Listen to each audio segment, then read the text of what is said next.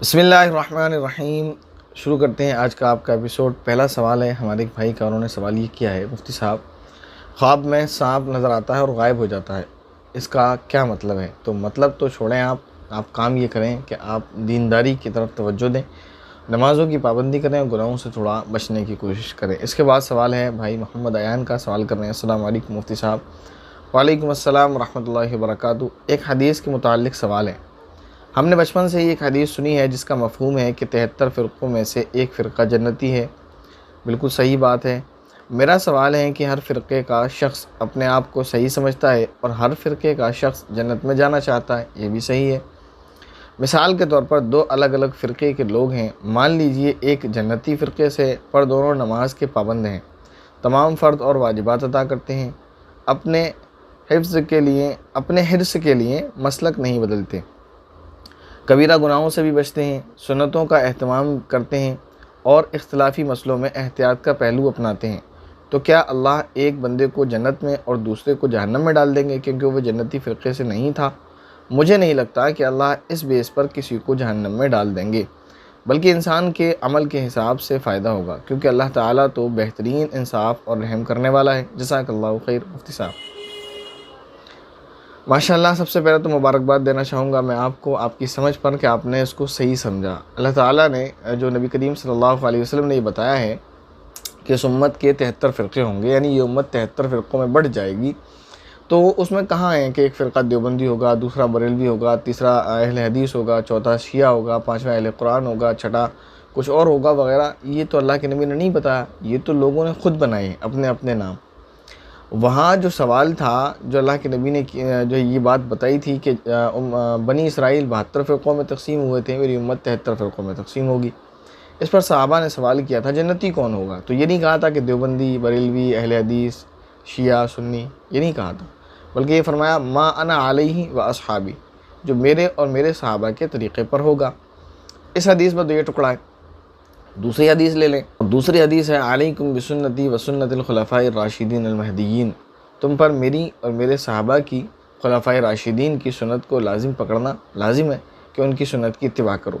इसी तरह दूसरी और भी अहादीस हैं जिससे ये पता चलता है कि सहाबा की इक़्तिदा की जाए, सहाबा की इत्तिबा की जाए।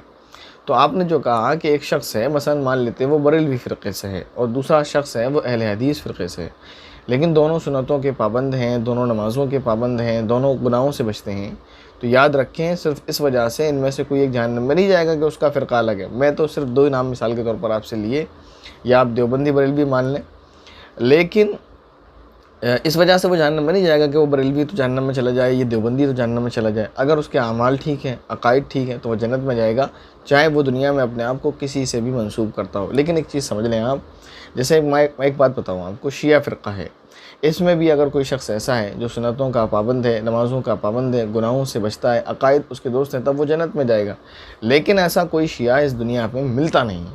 जितने भी हैं उनके अकायद इतने ज़्यादा ख़राब हैं, वो कुछ वो हैं जो तहरीफ़ कुरान के कायल हैं।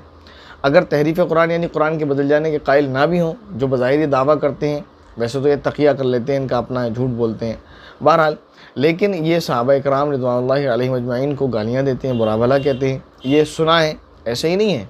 दूसरा, हज़रत उम्मुल मोमिनीन हज़रत आयशा रज़ियल्लाहु तआला अन्हा को बुरा भला कहते हैं, उन पर इल्ज़ाम लगाते हैं, बहुत बुरे बुरे, जो इंसान अपने घर की किसी औरत के लिए बर्दाश्त नहीं कर सकता। इसके अलावा तमाम सहाबा में बहुत सारों को यूँ कहते हैं कि ईमान से फिर गए थे, तो ऐसा शख्स तो मुसलमान बिल्कुल नहीं हो सकता। तो ये चीज़ ज़रूरी है कि उसके अकायद दुरुस्त हों, यानी वो कुरान में तहरीफ़ का कायल ना हो। हज़रत अली को हज़रत उमर, हज़रत अबू बकर सिद्दीक़ रज़ियल्लाहु तआला अन्हु पर फ़ज़ीलत देकर हज़रत उमर रज़ियल्लाहु तआला अन्हु को गालियाँ ना देता हो, हज़रत अली रज़ियल्लाहु तआला अन्हु को इससे ज़्यादा ना बढ़ाता हो। बाज़ शिया ज़ाकिरों को मैंने ख़ुद सुना है कि वो हज़रत अली को अल्लाह के बराबर बल्कि उससे भी ऊपर ले गए। एक शिया है, उसको मैंने ये कहते हुए सुना कि अली तमाम अम्बिया से अफजल हैं। एक शिया ज़ाकिर को मैंने ये कहते हुए सुना कि अली अल्लाह का खालिक है, यानी अली ने ही अल्लाह को बनाया और अल्लाह अली से नीचे है। तो इनकी ये अकायद है, तो गड़बड़ है मामला। इसी तरह अगर कोई अपने आप को बरेलवी फ़िरक़े से मंसूब करता है कि मैं बरेलवी हूँ, लेकिन वो नमाज़ों का पाबंद है, सुन्नतों की इत्तिबा करता है, गुनाहों को छोड़ता है, कब्रों पर जाकर मन्नतें नहीं मांगता, वहाँ जाकर सजदे नहीं करता और किसी भी तरह के शिरकिया अमाल में मुब्तला नहीं है, तो वो भी जन्नत में जाएगा। तो मसला ये नहीं है कि इंसान किस फ़िरक़े से ताल्लुक़ रखता है। तो महज़ अगर इंसान अपने आप को दुनिया में किसी भी फ़िरक़े से मंसूब करता है तो इस बिना पर वो जहन्नम में नहीं जाएगा। अगर उसके अक़ाइद और अमाल दुरुस्त हैं तो वो जन्नत में जाएगा, ख़्वाह वो अपने फ़िरक़े का ताल्लुक़ अपने आप को किसी भी फ़िरक़े से मुताल्लिक़ रखता हो। और अगर उसके अमाल दुरुस्त नहीं है तो फिर वो अपने आप को किसी भी फ़िरक़े का कह ले, जन्नत में नहीं जाएगा। ख़ुलासा ये निकला कि एक ही फ़िरक़े के बाज़ लोग जन्नत में जाएंगे और बाज़ लोग जहन्नम में जाएंगे। समझ आया? फ़िरक़े से मुराद यहाँ ये ग्रुप नहीं है जो लोगों ने बना लिए हैं। इसके बाद सवाल है भाई मोहम्मद सलीम साहब का सवाल किया उन्होंने, अस्सलामु अलैकुम व रहमतुल्लाहि व बरकातुहू। वालेकुम अस्सलाम व रहमतुल्लाहि व बरकातुहू। मुफ्ती साहब, क्या बच्चे की खतना होने के बाद बच्चे के ऊपर से पैसों की बेल करना दुरुस्त है? बच्चे के ऊपर से पैसे फेर कर बच्चे को देना। जवाब इनायत फरमाएँ। ये वैसे ही अगर कोई कर ले तो नाजायज़, तो फ़िलहाल इसमें नाजायज़ की कोई बात नहीं है, लेकिन आजकल इसके बारे में लोगों के अक़ीदे बड़े ख़राब हैं और ये रस्म भी बन चुकी है, इसलिए ये नाजायज़ है। अगर वैसे ही कोई यूँ ही बस बच्चे को प्यार मोहब्बत में उसके सर के ऊपर से पैसे निछावर करके घुमा कर दे दे तो इसमें कोई बुराई की बात नज़र नहीं आती, लेकिन इसमें दो ख़राबियाँ हैं। बाज़ ये समझते हैं कि पैसा सर पर घुमाने से नज़र उतर जाती है और वो उस पैसे को फिर वो किसी के लिए हलाल नहीं समझते बल्कि किसी गरीब को ही देते हैं, तो ये तो बिल्कुल नाजायज़ है। और बाज़ जो है इसको रस्म बना लिया उन्होंने कि बच्चे को पैसे देंगे तो फिर ऐसे ही देंगे, उसके सर पर फिराएंगे तो बच्चे को देंगे, तो ये दोनों चीज़ें ख़राब हैं, इसलिए ये नहीं करना चाहिए।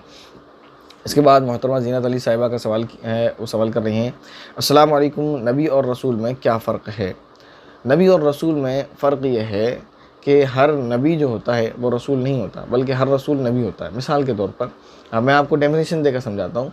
रसूल उन पैगम्बर को कहते हैं जिनको नई किताब और नई शरीयत दी गई हो, जैसे हज़रत नबी करीम सल्लल्लाहु अलैहि वसल्लम को मुस्तक़िल एक किताब कुरान करीम दी गई। इसी तरह हज़रत ईसा अलैहिस्सलाम को मुस्तक़िल एक किताब इंजील दी गई। हज़रत मूसा अलैहिस्सलाम को मुस्तक़िल एक किताब तौरात दी गई। हज़रत दाऊद अलैहिस्सलाम को मुस्तक़िल एक किताब ज़बूर दी गई।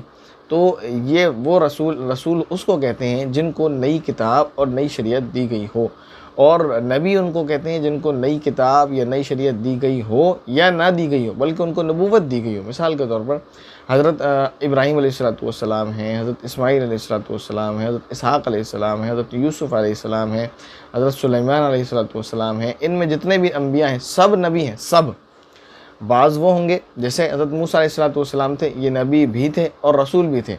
नबी इसलिए कि इनको नबूवत मिली, रसूल इसलिए कि इनको मुस्तकिल एक नई किताब और नई शरीयत मिली। हज़रत हारून अलैहिस्सलाम नबी तो हैं लेकिन रसूल नहीं है। नबी इसलिए है कि इनको नबूवत मिली है, रसूल इसलिए नहीं है क्योंकि इनको नई किताब और नई शरीयत नहीं मिली है। तो जिस नबी को नबूवत दी जाए वो नबी है, और हर रसूल को नबूवत दी जाती है, हर रसूल नबी होते हैं।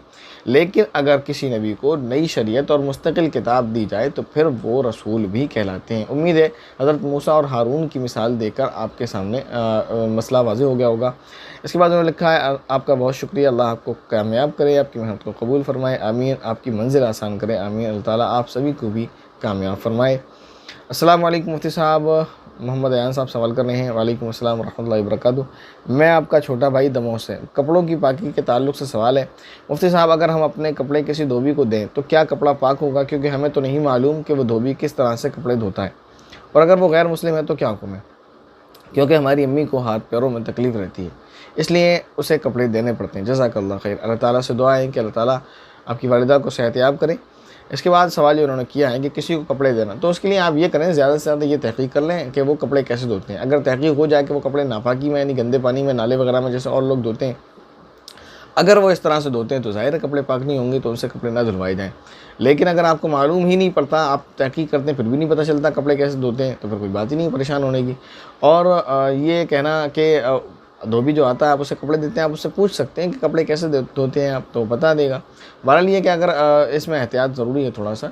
अगर आप धोबी को नापाक कपड़े देते हैं तो ये समझें कि वो पाक करके तो नहीं धोते, तो वो नापाक ही समझे जाएंगे, और अगर आप पाक कपड़े देते हैं तो वो पाक ही समझे जाएंगे, नापाक नहीं समझे जाएंगे। इतनी बात तो तय, क्योंकि धोबियों से आप तहक़ीक़ करेंगे तो बता देंगे उसके धोने का तरीक़ा क्या है। इसलिए अगर कोई नापाक कपड़ा है तो उसे पहले पाक कर लें, पाक करके फिर आप उसे दें। पाक करने के लिए साबुन लगाना, रगड़ना, धोना ज़रूरी नहीं है, यानी जिस हिस्से पर नापाकी है उसको 3 बार खंगाल दें, खंगालने के बाद सुखा लें, उसके बाद धोबी को दे दें, तो कपड़ा पाक है। कपड़ा जब आप पाक धोबी को देंगे तो वहाँ से जब लौट कर आएगा धुलकर साफ़ होकर तो उसे पाक ही समझा जाएगा, नापाक नहीं समझा जाएगा। और अगर आपने नापाक कपड़ा दिया है तो फिर उसको नापाक ही समझा जाएगा, क्योंकि वो पाक करके 3 दफ़ा इस तरह पानी निचोड़ना वगैरह नहीं करते। तो इन चीज़ों का ख्याल रखें आप। इसके बाद सवाल है भाई शाहिद जमाल साहब का। सवाल कर रहे हैं, अस्सलाम वालेकुम। वालेकुम अस्सलाम रहमतुल्लाहि व बरकातहू। कैसे हैं आप? अल्हम्दुलिल्लाह, उम्मीद है कि अच्छे होंगे। अल्लाह ऐसे ही आपको खुश रखे, आमीन। मुफ्ती साहब, आपसे मेरा एक सवाल है, क्या बेड पर या चारपाई पर नमाज़ पढ़ सकते हैं? प्लीज़ बताएं। मैं दिल्ली से हूँ, शाहिद जमाल अंसारी और अब्दुल वाहिद, दो नाम एक ही कमेंट में। चारपाई पर नमाज़ पढ़ना तो जायज़ नहीं है, क्योंकि चारपाई ऊपर नीचे होती रहती है, उस पर आप रुकू सजदे करेंगे तो मेरे ख्याल से फ़ुटबॉल बन जाएंगे रुकू करते में।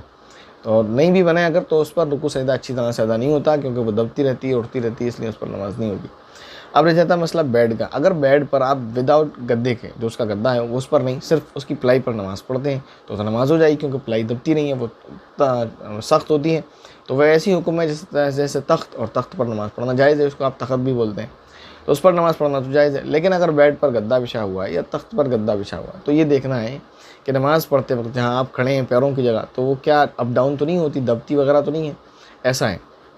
या रुकू सजदा करते वक्त या सजदे में आप जब सर रखते हैं, तो ऐसा तो नहीं है कि गद्दा दबता चला जाता है, कि आप सर रखते चले जा रहे हैं और वो दबता चला जा रहा है। अगर गद्दा इस तरह का सॉफ्ट है तो उस पर नमाज नहीं होगी। अगर गद्दा ऐसा सख्त है कि आपके खड़े होने से वो दबता नहीं है, आपके सजदा करने से वो दबता नहीं है, बल्कि आपने जो सजदा किया उसे जितना दबना था वो दब गया, उसके बाद रुक जाता है, एक तो वो सॉफ्ट गद्दा होता है कि आप उसे दबाते चले जाएं और वो दबता चला जाता है, और फिर जैसे ही आप उठेंगे तो ऊपर आ जाता है, उस गद्दे पर नमाज नहीं होती। ऐसा गद्दा जिसको जब हम दबाएंगे तो दबने के बाद रुक जाता है, उस पर नमाज हो जाएगी। तो इस चीज़ का ख्याल रखें, नमाज़ पढ़ेंगे तो नमाज हो जाएगी। लेकिन फिर भी यही है कि एहतियातन आप इतने बड़े घर में बेड पर ही क्यों नमाज़ पढ़ें, कहीं भी पढ़ें। इसके बाद दूसरे कमेंट में उन्होंने सवाल किया है कि मगरिब की 3 रकात फ़र्द में पहली रकात छूट जाए और आखिरी रकात क्या पूरी सूरह फातिहा के साथ कोई सूरत लगा के पूरी करनी पड़ेगी, या फिर पूरी रकात खाली पढ़ी जाएगी? प्लीज़ बताएं। मैं दिल्ली से हूँ, शाहिद जमाल अंसारी, मुबश्शिर जमाल अंसारी, अब्दुल वाहिद, इसमें 3 नाम कर दिए। देखें, अगर मगरिब की पहली रकात छूट गई है तो आप जब सलाम फेर कर खड़े होंगे अपनी पहली रकात को पढ़ने के लिए, तो खड़े होकर सबसे पहले आपको सना पढ़ना है, यानी सुब्हानक अल्लाहुम्मा। उसके बाद आऊज़ु बिल्लाह, फिर बिस्मिल्लाह, फिर सूरह फातिहा, फिर बिस्मिल्लाह, फिर कोई सूरत पढ़नी है। उसके बाद रुकू सजदा करके आखिर में नमाज़ मुकम्मल करना है आपकी नमाज़ हो जाएगी। खाली नमाज़ यहीं नहीं पढ़ना है खामोशी के साथ, बल्कि इसके साथ सूरत भी बुलाना है, सूरह फातिहा भी पढ़ना है। जो सवालात आपके मौजूद मिले उनको ले लिया गया और उनके जवाबात आपको दे दिए गए। उम्मीद है आपके सवालों के जवाब आपको समझ आए होंगे। कोई डाउट है, किसी का कोई सवाल रह गया तो कमेंट ज़रूर कीजिएगा। अस्सलामु अलैकुम व रहमतुल्लाहि व बरकातहू।